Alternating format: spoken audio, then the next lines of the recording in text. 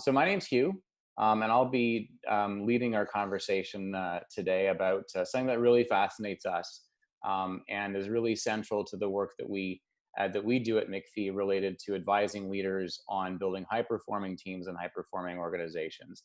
And that's how to harness and ideally to make the most of us and them dynamics that exist within organizations. And what's been really interesting is the number of people who signed up for this and the number of people who are joining us today. And our sense is this is really a topic that's a big headache for leaders right now. It's particularly exacerbated by the context that we're facing here in COVID-19. So us and them dynamics are alive and well in pretty much every organization that we're working with. And something else that we've been noticing is that the remote working environment, just the whole context around COVID, has really amplified a number of existing truths and realities that exist within organizations. So for teams that were struggling beforehand, that struggle is now on steroids. For individuals who were doing well before and who were really resilient, that resilience is thriving even more. So it's been quite interesting from our work with clients just to see how what was true before is even more true now. And so from that perspective, we thought it was a really good time to talk about and to share some tips and to share some understanding of the root causes behind why us and them dynamics would exist within organizations and what you as leaders can be doing about them. Now, no good discussion about us and them dynamics within organizations would be complete without a nod to the French existentialist philosopher Jean-Paul Sartre. And Sartre once wrote a play about hell. And in Sartre's hell, hell is a room with three people, and they're stuck there for all eternity. And that room with three people is symbolically important for the conversation we're going to be having today, because that is the micro level at which an us and them dynamic can exist. And can start to perpetuate itself. And it's curious for us to think about, because if us and them can exist with just three people, then as our organizations grow to 5, 7, 200, 2,000, and 25,000 people, the complexity and the multidimensionality of those us and them realities become far more acute and far more difficult. And what's interesting, if we think about it, us and them dynamics are inherent to human nature. And they've been the cause of a lot of the trouble and difficulty throughout history, going back throughout the history of the human race. And I'm sure for many of you, you've seen us and them dynamics creep into organizations and really become quite toxic on certain occasions. So be thinking about those dynamics and those circumstances as we go through our discussion today. I know I've seen a lot of us and them through both our consulting work and throughout my career. And I think back to when I first came out of school and I was working at P&G, which is a consumer packaged goods company. And I remember over my first couple of weeks at Procter, people would keep on referencing Cincinnati. And I thought, well, what's Cincinnati? Who's Cincinnati? And it finally dawned on me, Cincinnati was where the world headquarters is. And world headquarters are often a very good proxy for them within organizations. So wherever the bosses are, often becomes an inadvertent them. And I'm sure many of you have seen that in your own work. I also recall early in my career, I worked in the office of the Premier of Ontario. And quickly in that context, what I recognize is that we were the them to a lot of people. So to a lot of the other political staff and to the civil servants, the Premier's office was known as the center.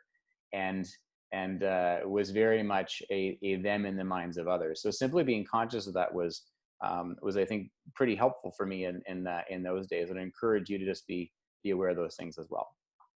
So, what is us and them, and how does us and them keep creeping into organizations, and how does it show up?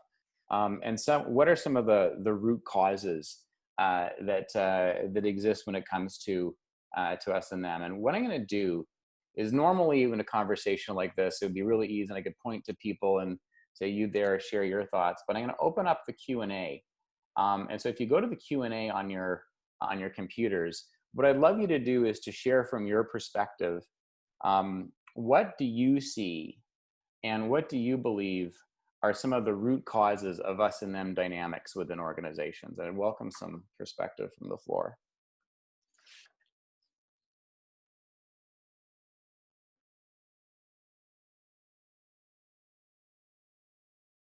All right, I've got a few thoughts. Um, what individual goals? So I'll build on that. And I think what this person's saying is the goals of the individual as opposed to the goals of the greater good and the greater team. A lack of communication and understanding across departments. And we'll talk about worldview later on and how often different divisions or departments within organizations can just not be coming at problems from the same perspective or the same point of view. Competing interests is one that I see here for sure, and how to ensure, and we'll talk about this a bit, that within organizations there's a sufficient alignment of incentives so that you're reducing those competing interests and that people all feel they're rowing together in the same direction. Decisions being made with lack of explanations. I think that's a really good one. And even if a decision's made for reasons that may be absurd and illogical, most people that I know of will say, okay, at least I understand what the rationale was. But to ensuring that alignment of logic and understanding. Perceived disparity of treatment. That's a really good one. And we'll talk in a minute about trust erosion. And if there's a perception within an organization that certain groups or certain individuals are being treated more fairly for no good reason than others, that definitely creates those us and them dynamics. Inherent in evolutionary biology, we are tribal creatures. Very true. We don't have enough time to get into kin selection theory today, but there's no question there's an aspect of this that that's very inherent to who we are as people. Those are great. Thank you everyone for sharing those. Um, so I'm just going to go on now and talk about some other things that are inherent to why us and thems exist and what are some of the root causes of us and them dynamics. And the one that was just being alluded to from Brian's comment is scarce resources. And if we think back to the era when we were all cave people, scarce resources were a big problem. And battles over scarce resources within organizations today continue to perpetuate what's still in the middle of our brains and our lizard brains with respect to how we emotionally react to when we have the perception that scarce resources are going to be fought over. And many organizations face this on a daily basis, where people are fighting for attention, for money, for the best talent, you name it. And the scarcity of resources can often really get nasty within the context of organizations. Second root cause, competition for promotions and compensation. And I'm sure many of us have seen contexts where internal frictions are born from the way incentives are designed.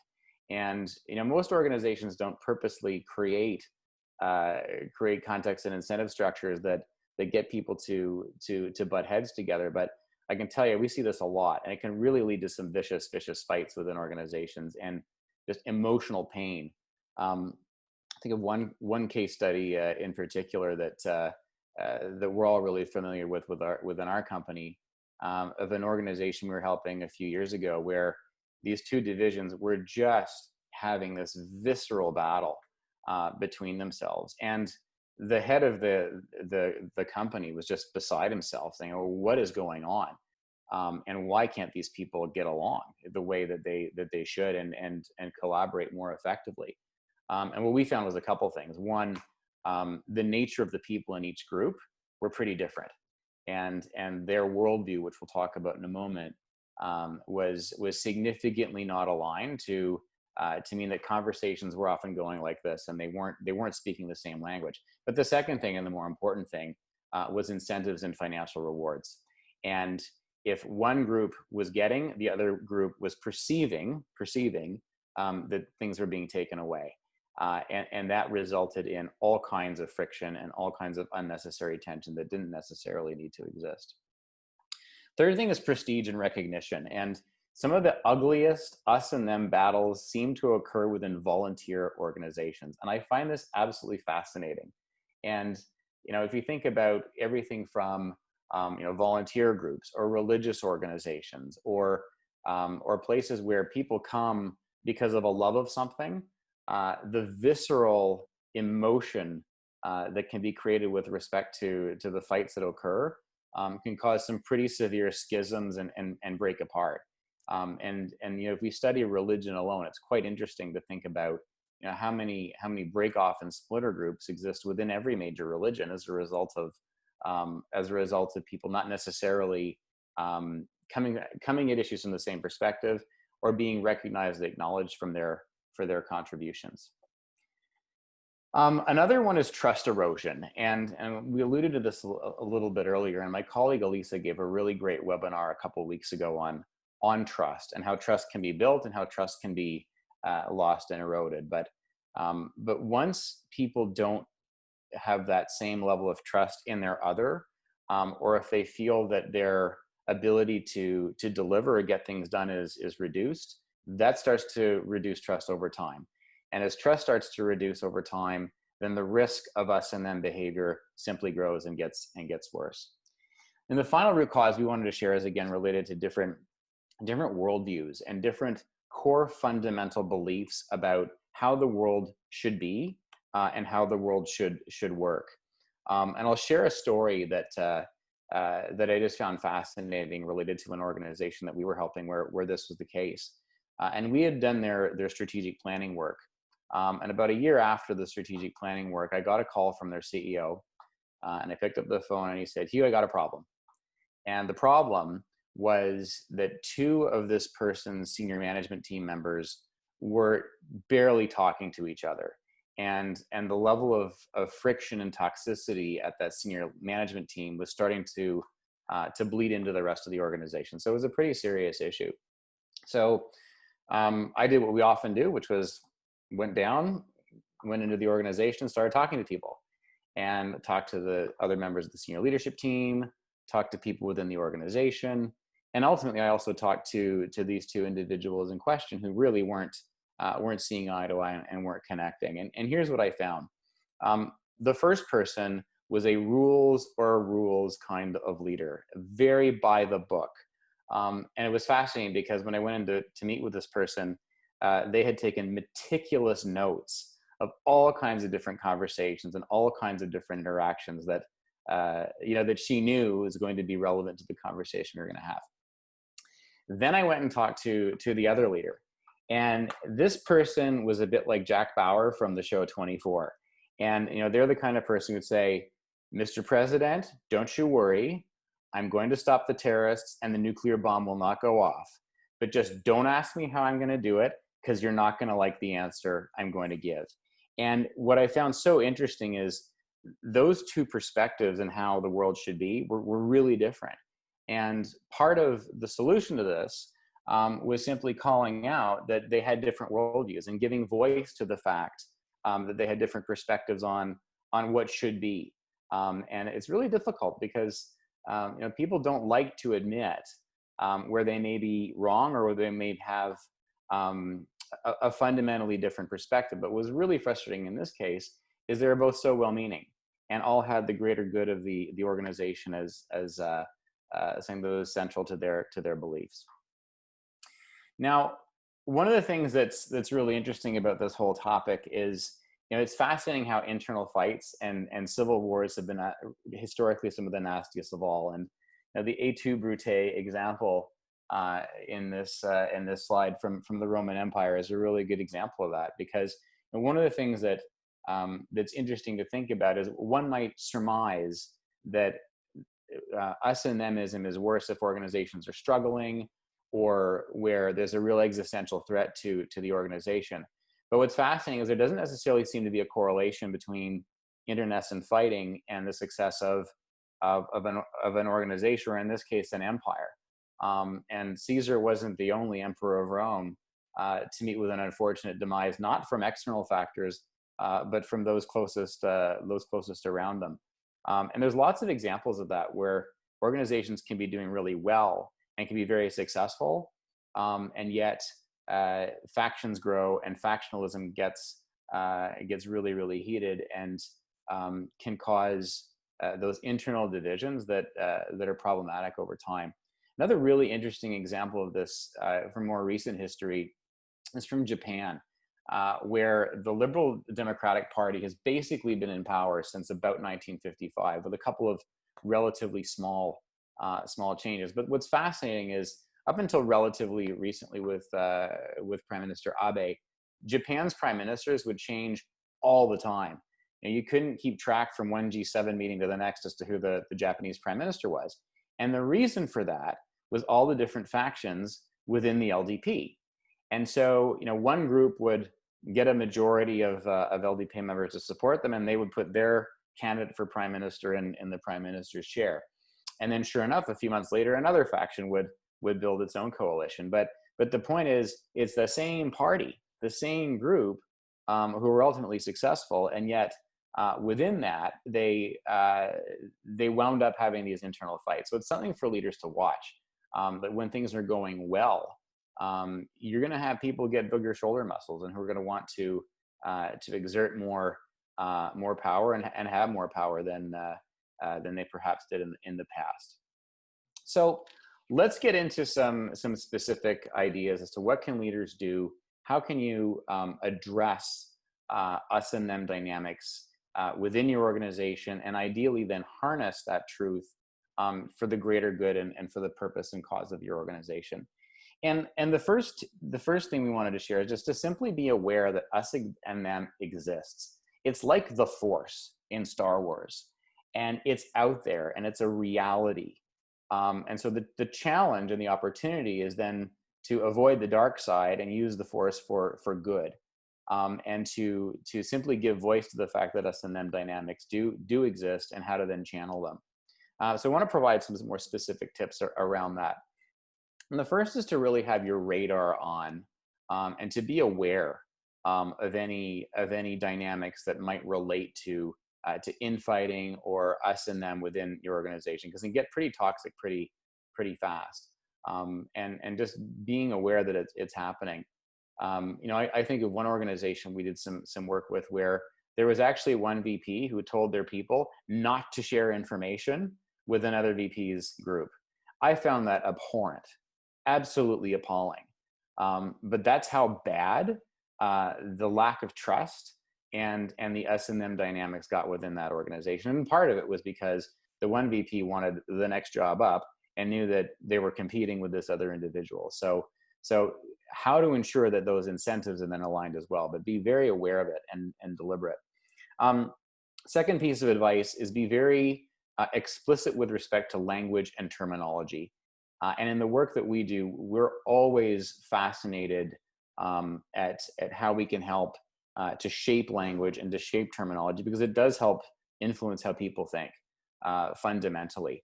So, use words like we and us and the big us together, and be aware of people using terms like you and them and finger pointing.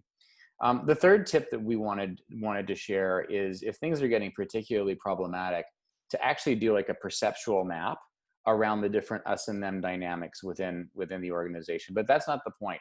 The bigger point is, once you have that map, to use an analytical tool, like one that we love is called the 5 Whys, and it's very simple. But the 5 Whys is a simple approach where, once you identify an issue, ask why, up to, call it 4, 5, 7 times to really get to that root cause. And to think back to, okay, is it an incentive issue? Is it a scarce resources issue? Is it a lack of trust? Do we have people with a worldview difference that's so fundamental that they can't come together? But to try and get to the root cause of what's going on. It's interesting too how this is particularly acute with organizations that are formed out of a merger, or that have come together over time with different groups or different subsets that now form a whole. I'm thinking back to, it's probably 3 or 4 years ago, and we did some planning work for an organization that was born from a merger 12 years earlier, and after all those years, 12 years, the language and the cultures within each of the legacy organizations remained.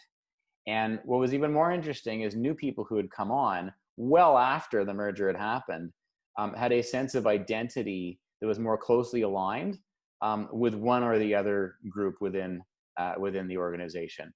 So I'll say something important on this, because there are contexts and circumstances where that could be done by design, where you want to honor and continue to give life and autonomy to a group or a subset of the organization. But oftentimes you don't want that. You want to create that big us, and you want to create a sense of togetherness. But it's interesting to note, just in merger contexts and circumstances, how powerful and how strong that desire for the old identity is to remain. And a conversation for another time around change and I make change really work would include a talk about mourning and how it's important to let people grieve for the old when a transition like that is happening. But otherwise, it can really perpetuate that us and then beyond when it's healthy. Second tip we wanted to share is to understand the worldview that underlies your organizational culture. And most organizations have mores and approaches, and it's in the wall, it's in the DNA of how people think fundamentally, or what their worldviews are fundamentally. And a good example of that can perpetuate us and themness is the fixed pie mentality versus a growing pie mentality. And if inherently people within your organization have a fixed pie view of the world and believe that if they're losing a piece of pie to someone else, then that's against them, and that's something they will not have. That can be a real source of friction and be problematic. Different from, of course, a worldview in which people think, no, we're going to bake more pies and make the pie bigger, and by sharing resources and by working together, everybody benefits. Tip we wanted to share here is with respect to actually articulating and defining the aspirational culture that you would seek to unify your organization. And one of our favorite tools is developing guiding principles. And I'll just share the guiding principles that we have for our own firm at McPhee. I won't go through them in detail, but what we love about the tool of guiding principles is it defines really clearly and articulates how we want to be with each other, how we want to be with our stakeholders, how we want to be with the world overall. And not with what I would call price of market entry words like integrity or accountability, like that. You shouldn't have to say those things. But what I would encourage any organization to do is be very deliberate and explicit about what are those things that allow them to be most successful, and capture them in something like that guiding principles that you see here. Third big tip is to define a common them. And one of my favorite examples of this comes from the world of marketing. And this is probably about 11 years ago now, but you may remember the I'm a Mac, I'm a PC commercials from Apple. And this was very, very clever. And the way they defined the them, I'm sure based on a lot of consumer insights and research, was to position the Microsoft, the PC, as a little bit geeky, a little bit quirky, the kind of guy, if you saw them at a cocktail party, you'd spend a couple minutes with, but we really want to go hang out with Justin Long and the I'm a Mac person, because they're a lot more cool, a lot more interesting, and you want to be associated more with them. So it is an example of how defining a them that is common can create that unity. And it's really interesting right now in the context of COVID, because a lot of organizations have been unified because this common external threat has suddenly existed, and it's very top of mind and very real. So it's really an interesting proxy for the kinds of external them, or an external factor that can bring people together. But the tip I'd love to share on how one defines that common them is what we call an archetypal story exercise. And we were working with a government ministry a few years ago, and actually trying to get them to guiding principles. But one of the tools we used to do so was we got people in groups and we had them individually write down key components of that archetypal story. And the best way to think about this is sort of the Lord of the Rings mythology. So great stories have a hero, they have a helper, they have an enemy, they have action, and they have a quest. And what was fascinating for this government ministry is what we teased out through that individual reflection, the group discussion, was that their enemy was adherence to the status quo. It wasn't a thing, it wasn't a person, it wasn't a group. It was aversion to change. And related to that was what my colleague Alex calls phantom rules. And so these are rules that don't actually exist. No one's written them down, but people believe that they exist. And so then therefore are less willing to take smart risks and less willing to think in broader ways to move ahead. And it's interesting because in the context of COVID, a lot of mythology around what can't be done has been really quickly shattered. And our work wasn't with the Ministry of the Attorney General here in Ontario, but our friend Doug Downey, who's the Attorney General of Ontario, has this great line he's been using recently in the context of COVID. And what he's been saying is that Ontario's justice system has advanced by 25 years and 25 days, simply because the mythology around why things couldn't be done digitally, right? They couldn't be done electronically, was very quickly reduced. Another important tip around this, which I'd love to share, is for you as leaders, really important to call out and recognize and support those whose behavior are to share and are to create that bigger sense of team. Because if others see you praising those who take that big us mentality within your organization, then that behavior will start to perpetuate as well. So we're almost out of time, but I wanted to take another quick second. If anyone wanted to go back into the Q&A and share any reflections on this, any thoughts, any further builds to the conversation that we've been having, and how this can apply to your organizations and make them even more powerful. So I'd welcome any other reflections that people might have.